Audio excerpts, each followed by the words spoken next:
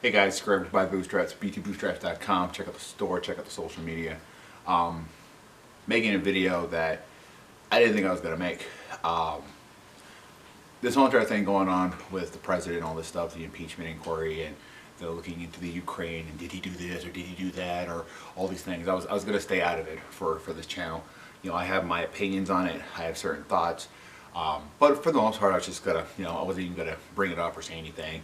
I want this channel to kind of focus more on, the military and the first responders and things like that. And then, but wait, Lieutenant Colonel Vindman shows up, and that changed this this video. Actually, is a result of that. Up until today, as I mentioned, I was not going to say anything. I was not going to give a thought and an opinion outside of maybe talking to my parents or talking to my spouse or, maybe a colleague at work or something like that. But this jackhole comes out, okay? He supposedly overheard the call with the Ukraine newly elected president, Zelensky, right? And he supposedly heard things that he was just not happy about. And so he decided on his own accord to go tell another individual who wasn't his chain of command, who wasn't his direct supervisor, sensitive information. What was the information? We don't know. Did this person that he told need to know? No. They were not part of that group or collective personnel per se. And this is all things that he admitted today, by the way. So it's not like I'm giving you an opinion. I'm saying, oh yeah, this is what I think happened. No, he admitted this.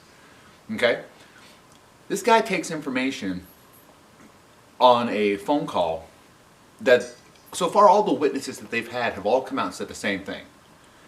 The transcript of what they provided is accurate. So then why are we inquiring anything? If all your witnesses have all come out and said the same thing, that this is factual, then there's no need to continue on this charade of impeachment inquiry. You're now just looking for a reason to impeach the president. Facts be damned. Feelings and opinion is what matters, apparently. But let's go back to this jackhole, all right? First of all, he goes to this appointment in his complete dress fatigues, or uniform, okay? And he makes it very known to one of the Congress members that, oh, you will address me as Lieutenant Colonel.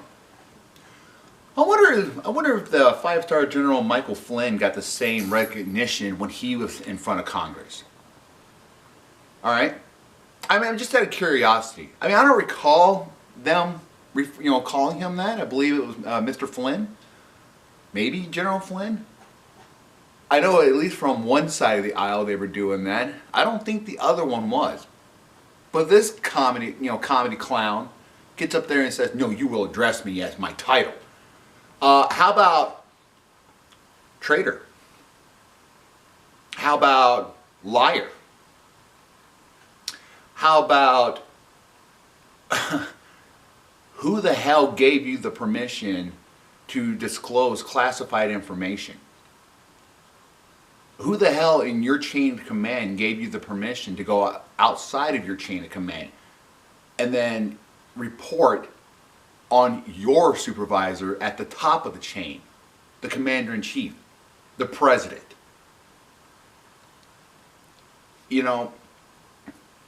That guy is a lieutenant colonel. There are several more pieces of brass above him.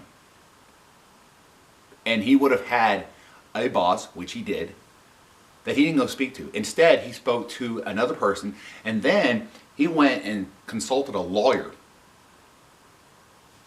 Why? I'm seeing this stuff repeatedly where military personnel are not following the chain of command. They're not abiding by the rules that they're supposed to. And it's for me, I believe in the institution. I believe in the institution of the military. I believe in the institution, of the United States. I believe in our laws and our regulations. When I see people blatantly disobeying these things, even though they took an oath to protect and uphold these things, to include following the commander-in-chief. So he turns out to not be the commander-in-chief that you like. So therefore, you don't have to abide by these rules now. You can go outside of your chain of command, give out who knows what kind of classified information, need to know basis, and even if you have a top secret security clearance, need to know extends to people that need to know, if they're on the same level with the same reasoning of needing to know. Okay, it doesn't mean that if I have a top secret security clearance and my wife has a top secret security clearance that we can discuss the same things. Even though we might have that security clearance, we could be working on two vastly different things, and that doesn't mean we can communicate with that. This guy, you know, again, he goes outside the chain of command. You know,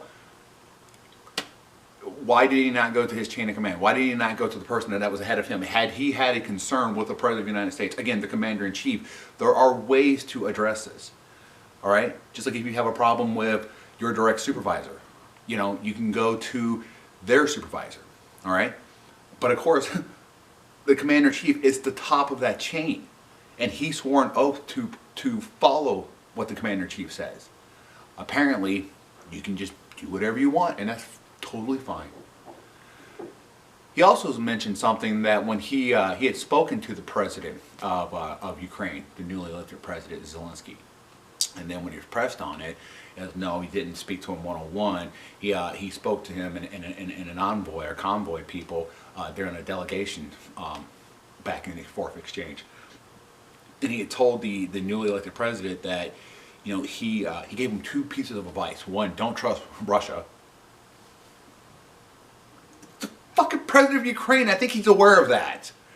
And two, don't get involved in domestic policy. Wow. I didn't realize a lieutenant colonel had that kind of authority. I'd like to know who in his chain of command gave him authority to talk about that.